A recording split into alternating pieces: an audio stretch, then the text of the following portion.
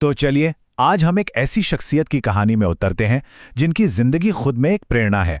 Doctor APJ Abdul Kalam.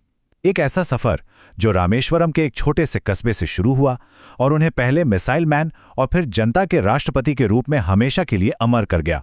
उनकी जिंदगी को समझने के लिए ये एक विचार ही काफी है, जहां हृदय में शुचिता है वहां चरित्र में सुंदरता है। ये सिर्फ शब्द नहीं थे, ये डॉक्टर कलाम के जीवन का मूल मंत्र था।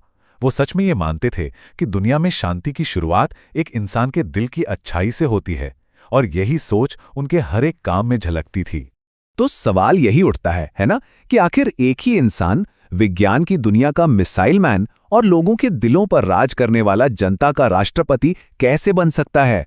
देखिए, एक तरफ वो थे मिसाइल मैन, एक शानदार वैज्ञानिक जिन्होंने भारत के मिसाइल और स्पेस प्रोग्राम्स की नींव रखी, और दूसरी तरफ जनता के राष्ट्रपति, एक ऐसे राष्ट्राध्यक्ष जो हर किसी से, खासकर नौजवानों से दिल से जुड़ गए। यही विज्ञान और इंसानियत का संगम उनकी कहानी को इतना खास बनाता है।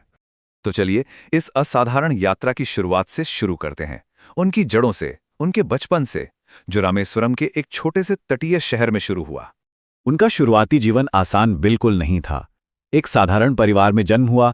परिवार की मदद के लिए उन्होंने बचपन में अखबार भी बांटे, लेकिन सीखने की जो लगन थी वो कभी कम नहीं हुई।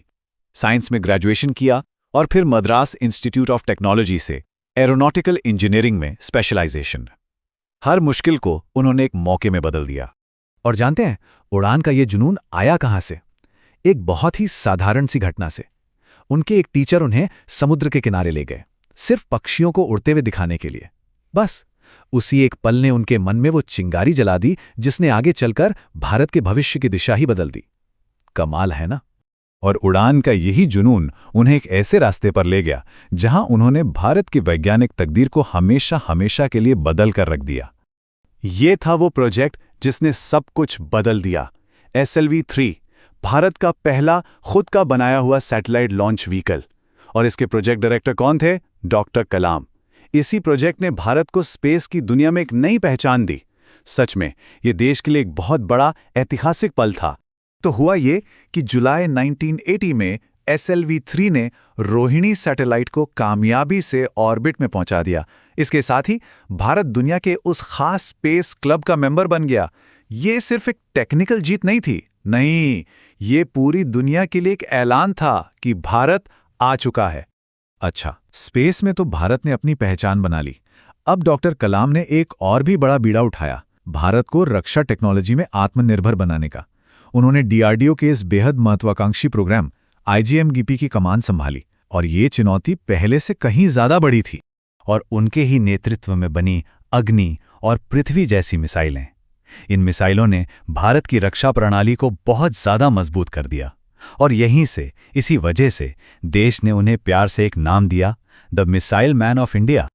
और फिर आया उनके वैज्ञानिक सफर का वो शिखर, 1998 का पोखरण-2 परमाणु परीक्षण। इसमें एक चीफ साइंटिफिक एडवाइजर के तौर पर डॉक्टर कलाम ने बहुत ही अहम भूमिका निभाई। इसी परीक्षण ने भारत को दुनिया के नक्शे पर एक परमाणु शक्ति के रूप में मजबूती से स्थापित कर दिया। तो विज्ञान के शिखर से ये महान हस्ती देश के सबसे बड़े पद यानी राष्ट्रपति भवन तक कैसे पहुंची? चलिए देखते हैं। ये आंकड़ा देखिए जरा, 90%। 2002 में जब वो भारत के 11वें राष्ट्रपति चुने गए तो उन्हें लगभग 90% वोट मिले। इसमें सत्ताधारी पार्टी भी थी और विपक्ष भी। ये उनकी लोकप्रियता का सबसे बड़ा सबूत था। वो ऐसे शख्स थे जिन्हें हर कोई पार्टी लाइन से ऊपर उठकर अपना मानता था, और उन्होंने राष्ट्रपति पद की परिभाषा ही बदल दी। वो पूरी तरह से एक गैर राजनैतिक राष्ट्रपति थे। उनका पूरा ध्यान युवाओं से जुड़ने और उन्हें प्रेरित करने पर था। अपनी सादगी और अनुशासन के लिए जाने जाते थे, और उन्होंने राष्ट्रपति भवन के दरवाजे आम इंसान के लिए खोल दिए।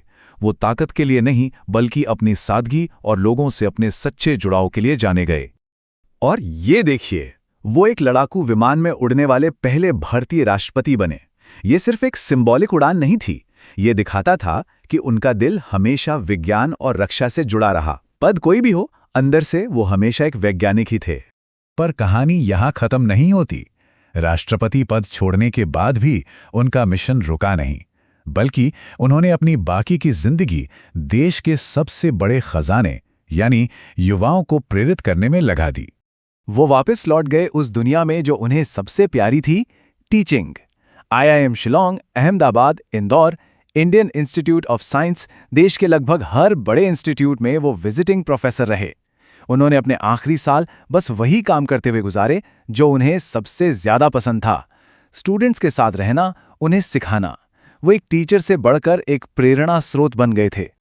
और उनके इस निस्वार्थ सेवा के लिए देश ने भी उन्हें अपना सर्वोच्च सम्मान दिया, पद्म भूषण, पद्म विभूषण और फिर 1997 में भारत रत्न।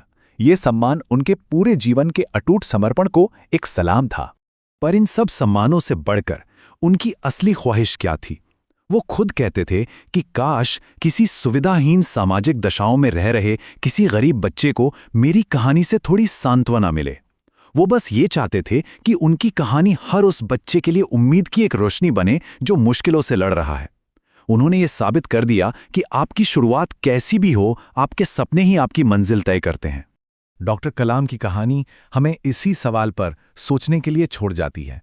उनका जीवन हमें ये सिखाता है कि सच्चा नेतृत्व ताकत में नहीं बल्कि सेवा और सादगी में होता है। उनकी विरासत हमें हमेशा ये याद दिलाएगी कि बड़े सपने देखो और इंसानियत की सेवा में जुट जाओ।